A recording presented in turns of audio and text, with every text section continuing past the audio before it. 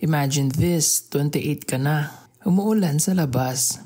Bigla kang makatanggap ng text, "Bro, pautang naman, nagsweldo ko na bayad." Tapos ikaw mismo, iniisip mo rin, aabot ba to hanggang katapusan?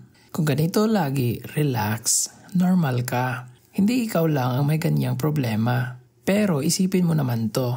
Paano kung bago ka mag-30, may 100,000 pesos ka na sa ipon? Hindi para magyabang, hindi para i-post sa social media, pero para sa wakas. Hindi ka na kinakabahan sa pera. Ngayong video, pag-uusapan natin bakit napakalaking bagay ng unang 100k at paano mo siya maaabot kahit average lang ang income mo.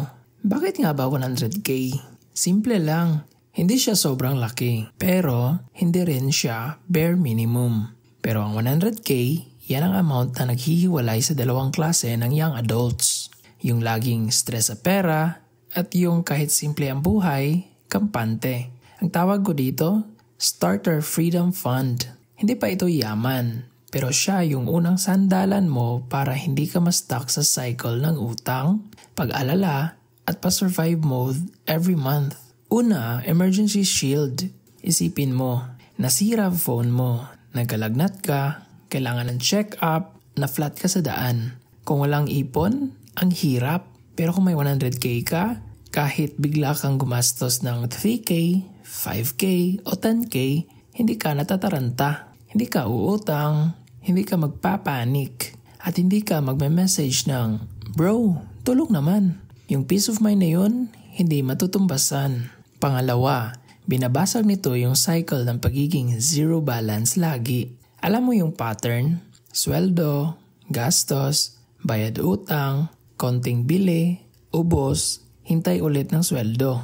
Pero pag naabot mo ang unang 100k, bigla kang magkakaroon ng buffer. Parang for the first time, may perang hindi nauubos.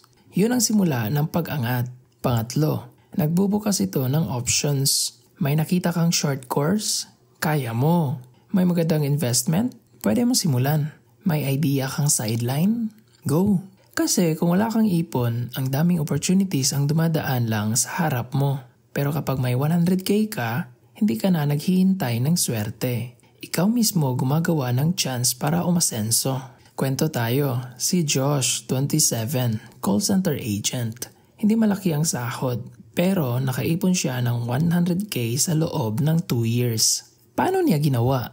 Binawasan niya ang grab food, nagbenta siya ng prepaid load online, inayos niya expenses niya every month. At nung umabot siya ng 100k, dalawang bagay agad ang nangyari. Una, biglang nawala yung constant anxiety sa pera. May peace of mind siya. Pangalawa, nag-enroll siya sa digital marketing.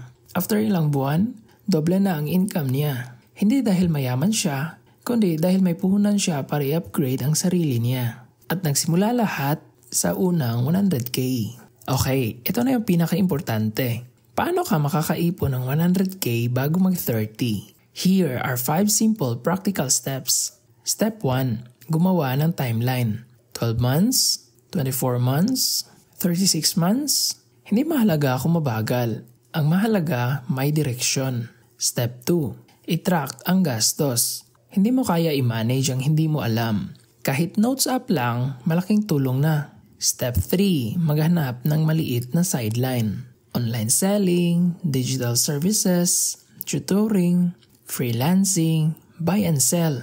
Hindi kailangan malaki. Kailangan consistent. Step 4. Iwas impulse spending. Ito talaga ang silent killer ng ipon. Every impulsive Shopee checkout, delay ng 100k dream mo. Step 5. Automate your savings. Pagpasok pa lang ng sweldo, tanggalin mo na ang pang-ipon. Huwag mo hayaan na kung may sobra, alam natin lahat, kadalasan walang sobra. Hindi mo kailangan maging mayaman bago mag-30. Pero kung meron kang 100k bago ka tumungtong ng 30, mas magaan ang lalakarin mo sa buhay. Hindi dahil sa amount, kundi dahil sa disiplina at habits na natutunan mo habang iniipon yun. Your first 100k isn't just money. It's a shift in mindset. It's proof na kaya mo. So simulan mo na. Because the earlier you start, the earlier ka rin titigil mag-worry tungkol sa pera.